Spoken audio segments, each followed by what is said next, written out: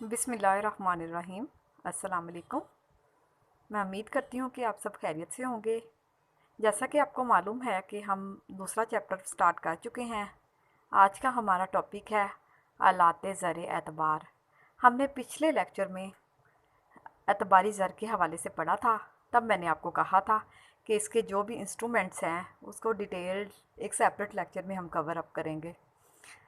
तो आज शुरू करते हैं। आलाते ज़र एतबार यानी कि इंस्ट्रूमेंट्स ऑफ क्रेडिट मनी। एतबारी ज़र आपको एक मैंने जनरल सा उसका कॉन्सेप्ट दिया था कि इसमें क्या क्या आता है, लेकिन उसकी डिटेल अभी तक हमने डिस्कस नहीं की थी। सबसे पहले इसके रवायती आलात आते हैं, उसमें किताबी हिसाब आता है। किताबी हिसाब से यही मुराद है कि अक्सर जगहों पे आपने ये सेटअप देखा होगा कि आप एक शॉप से रेगुलर बेस पे कोई भी चीज़ ख़रीदते हैं, आप उसको नकद पेमेंट नहीं कर रहे। क्या करते हो कि वो क्या करता है, अपने एक रजिस्टर के अंदर आपने जो भी चीज़ें परचेज़ की हैं उसको दर्ज करता जाता है। जब महीना ख़त्म हो जाता है तो वो उसके एंड पे आपको बताता है कि आपने इतनी रुपीस की ग्रॉसरी की है या जो भी ख़रीदा है। तो लेट्स सपोज़ आपने 30,000 की शॉपिंग की, आपने वो डेली बेसिस पे नहीं किए। जब महीना पूरा हुआ तो वो हिसाब क्लियर करके आपको दे देता है और अपनी वहाँ बुक से कट कर देता है। दूसरा क्या है, प्रामिजरी नोट और प्रो नोट। ये भी एक तहरीर ही है। इसमें भी आपने कोई चीज़ ख़रीदी है तो ख़रीदार नकद पेमेंट नहीं करता, बल्कि एक नोट लिख देता है कि ये अमाउंट इस डेट को मैं अदा करूँगा। फिर एक सर्टिफिकेट भी लग जाती है ताकि श्योरिटी हो जाए। आप नकद पेमेंट नहीं करते। नकद पेमेंट करने की बजाय एक तहरीर लिख दी जाती है कि कौन सी पेमेंट कब और किस वक्त अदा करनी है। अब तीसरी कैटेगरी में आ जाते हैं, हुंडी क्या होती है। हुंडी भी ज़रिए एतबार की एक किस्म है जिसमें नकद पेमेंट की ज़रूरत आपने उसी वक्त नहीं करनी। हुंडी के 3 मेजर पार्ट होते हैं, यानी पार्ट तो नहीं कह सकते, खैर आप कहते 3 पार्टिसिपेंट्स होते हैं हुंडी के। एक होता है बॉरवर या कह लें एक ख़रीदार, एक फ़रोख्तकार और तीसरा बैंक। ये इन्वॉल्व होता है, यानी एक इंसान ने जो भी चीज़ ख़रीदी है वो उसकी पेमेंट नहीं करेगा, बल्कि बैंक उसके अंदर क्या होगा, इन्वॉल्व होगा। आपने कोई भी चीज़ ख़रीदी, पेमेंट नहीं की, आपने एक तहरीर दर्ज कर दी कि इस चीज़ की मैं पेमेंट 3 माह बाद इस डेट को कर दूंगा या कर दूंगी। ठीक है, बैंक भी इसमें इन्वॉल्व होता है। बैंक उसको ठीक है एज अ श्योरिटी ठीक आपके साथ इन्वॉल्व है, ठीक है, वो साइन हो गए। अब होता ये है कि जो फ़रोख्तकार है, अगर उसको उस 3 माह से पहले रकम की ज़रूरत पड़ गई है, वो क्या करेगा, बैंक में जाके वही वाली अमाउंट बैंक से एज अ लोन ले लेगा। जब वो 3 मंथ्स मैच्योर हो जाएंगे, फिर जो ख़रीदार है वो पेमेंट बैंक को देगा। ये इस तरह से होती है। यानी हुंडी में भी आप फौरी तौर पे पेमेंट कैश पेमेंट नहीं करते। ये भी एक तरीका है कि आप लेन देन इस तरह से करते हो। और इसकी 4 इकसाम हैं। एक होती है दरशनी हुंडी। दरशनी हुंडी में कोई भी मुद्दत नहीं होती, यानी ये जिस वक्त भी पेश की जाए उसी वक्त आपको पेमेंट करनी पड़ जाती है। ठीक है। मुद्दती हुंडी में क्या होता है कि इसकी मुद्दत 3 माह भी हो सकती है, 6 माह भी और 9 माह भी। ठीक है। अब नकद पेमेंट तो इसमें नहीं होगी, यानी आपके पास हुंडी आ गई, लेकिन आपने उसके ऊपर एक मैच्योरिटी ड्यूरेशन लिखा हुआ है। अगर 3 मंथ्स लिखें तो 3 मंथ्स बाद पेमेंट होगी। अगर 6 माह की हुंडी बनाई गई है तो 6 माह बाद। अगर 9 माह की हुंडी बनाई गई है तो 9 माह बाद पेमेंट की जाएगी। गैर मुल्की हुंडी, इससे यही मुराद, बाकी तो हुंडी बेसिकली तो एक ही चीज़ है। गैर मुल्की हुंडी, जब आपने इंटरनेशनल लेवल पे कोई चीज़ ख़रीदी है या बेची है तो उस वक्त जो हुंडी बनेगी उसको गैर मुल्की हुंडी, जिसमें आप इंटरनेशनल किसी और मुल्क के साथ लेन देन कर रहे हो। और मुल्की हुंडी से यही मुराद है कि एक मुल्क के अंदर रहते हुए आपने कोई भी ख़रीदो फ़रोख्त की है तो वो कौन सी हुंडी कहलाएगी, मुल्की हुंडी। अब ज़ाहिर बात है, मुल्की या गैर मुल्की हुंडी भी मुद्दती भी हो सकती है, दुरुशनी भी।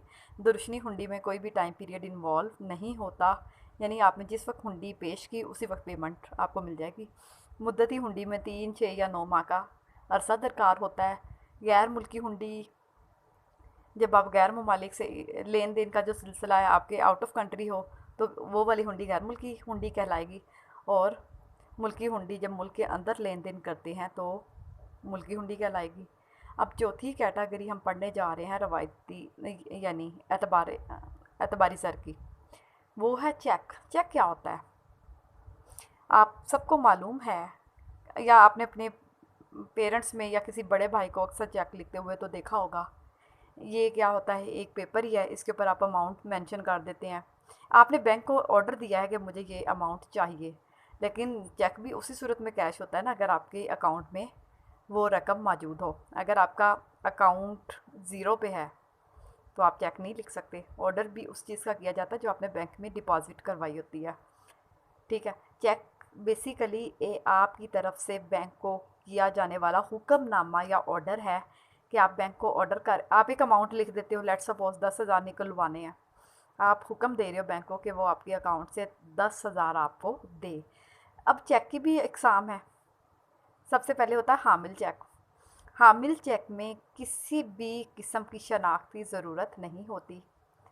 आप फ़र्ज़ कर लें मेरा चेक है, मैंने सिग्नेचर कर दिए, अमाउंट लिख दी, मैं इसको किसी को भी दूँ, XYZ आपको दूँ, आप जाके उसे बैंक से कैश करवा लेंगे।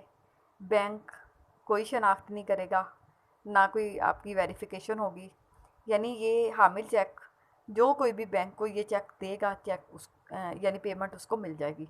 यानी बैंक नहीं देखता कि आया ये जिस पर्सन के नाम पे चेक इशू हुआ है, इस रकम वसूल करने वाला वही शख्स है या कोई और है। यानी बस आपने बैंक को चेक दिया, बैंक ने आपको कैश दे दिया। हुक्मी चेक क्या होता है? अब ये थोड़ा सा सिक्योर्ड है। बैंक आपकी शनाख्त के बगैर आपको रकम नहीं देगा। अगर मेरे नाम से चेक बना हुआ है तो बैंक मेरे अलावा वो अमाउंट किसी को भी नहीं देगा। बैंक पहले प्रॉपर वेरिफिकेशन करेगा, आया चेक को पेश करने वाला आदमी या कंसर्न पर्सन वही है जिसके नाम का चेक है। पूरी जांच पड़ताल के बाद बैंक आपको रकम देगा, नहीं तो नहीं देगा। जबकि हामिल चेक में इसके इन्वर्स बात थी, मेरा चेक आप में से XYZ कोई भी कैश करवा सकता है। फिर तीसरा आ जाता है निशान ज़दा चेक या क्रॉस चेक। ये सबसे सिक्योर चेक है। ये अक्सर ये होता है, इसमें ये होता है कि आपकी चोरी चकारी का ख़तरा सबसे कम होता है। आपकी क्रॉस चेक में आपका कोई स्कॉलरशिप आया है, आपके नाम से चेक इशू हुआ है, तो ये सिर्फ आप ही के नाम के अकाउंट के अंदर जमा होगा। फिर इसको हामिल या हुक्मी चेक के ज़रिए आप कैश निकलवा सकते हो। यानी क्रॉस चेक के ज़रिए आप डायरेक्ट पेमेंट नहीं ले सकते, बल्कि उसको ये सिर्फ डिपॉज़िट होगा आपके अपने अकाउंट में, और फिर आप हामिल चेक या हुक्मी चेक के ज़रिए रकम निकलवा सकते हो। जैसा कि अक्सर होता है कि आप ये सपोज़ कर दो कि आपको पे मिली 40,000, क्रॉस चेक आपको दिया गया, इसकी चोरी होने का खदशा सबसे कम है। आप क्या करोगे, आपका अगर अकाउंट है तो डायरेक्टली आपका चेक उसमें डिपॉज़िट हो जाएगा। लेट्स सपोज़ अगर आपका अकाउंट नहीं है तो ये किसी और के अकाउंट में आप डिपॉज़िट नहीं करा सकते, आपको इसके लिए स्पेशली अकाउंट खुलवाना पड़ेगा। फिर आप अपना चेक उसके अंदर डिपॉज़िट करवाओगे, फिर हामिल चेक या हुक्मी चेक के ज़रिए कैश करवाओगे। ये बहुत सिक्योर है।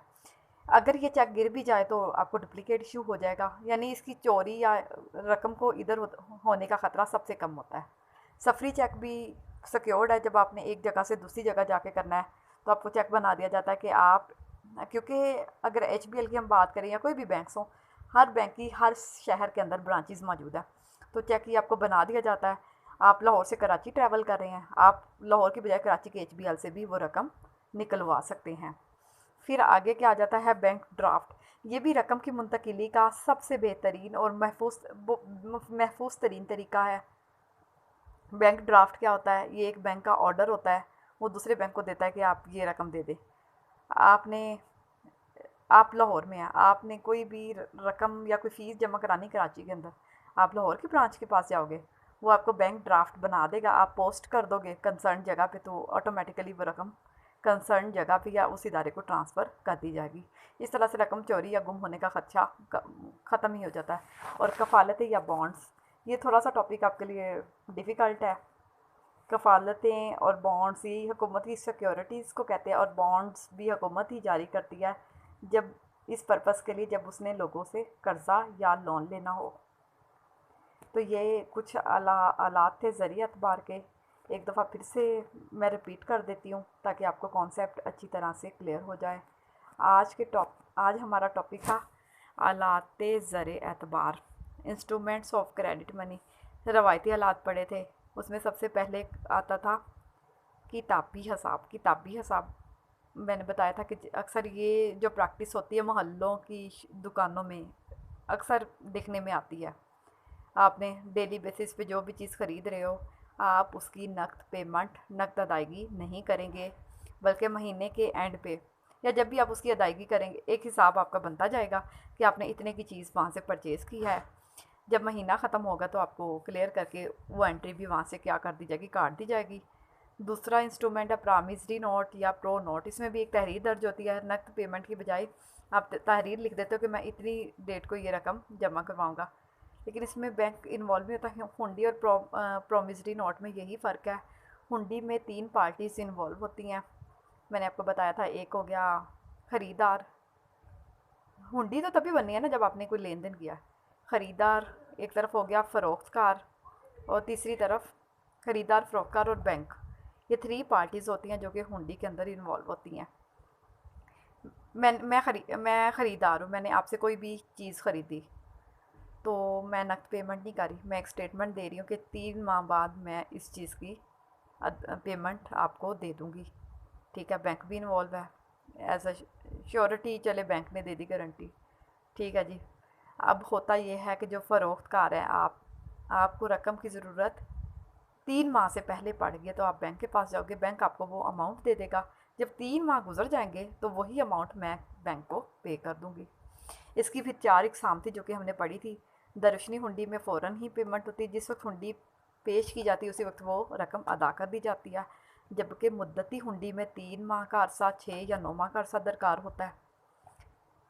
फिर होती गैर मुल्की हुंडी, जो कि जब आप इंटरनेशनल लेवल की कोई ख़रीदो फ़रोख्त करते हो तो उस वक्त जो हुंडी लिखी जाएगी वो गैर मुल्की हुंडी कहलाएगी और मुल्की हुंडी। ये सारी इंस्ट्रूमेंट्स हैं। हुंडी की इकसाम है चारों। उसके बाद हमने चेक्स के बारे में पढ़ा था। चेक्स की मुख्तलिफ इकसाम थी। हामिल चेक, हुक्मी चेक। हामिल चेक में बैंक शनाख्त किए बगैर रकम उस शख्स को देगा जिसने भी वो चेक बैंक को दिया हो। हुक्मी चेक बैंक शनाख्त के बगैर आपको रकम नहीं देगा, सिर्फ उसी को पेमेंट दी जाएगी जिसके नाम का चेक होगा। और निशान ज़दा चेक मैंने आपको बताया था, क्रॉस चेक में सिर्फ उसी के अकाउंट में, इससे डायरेक्ट पेमेंट तो आप नहीं ले सकते हो, लेकिन ये सिर्फ उसी के अकाउंट में ये चेक जाता है जिसके नाम से ये चेक इशू हुआ हो।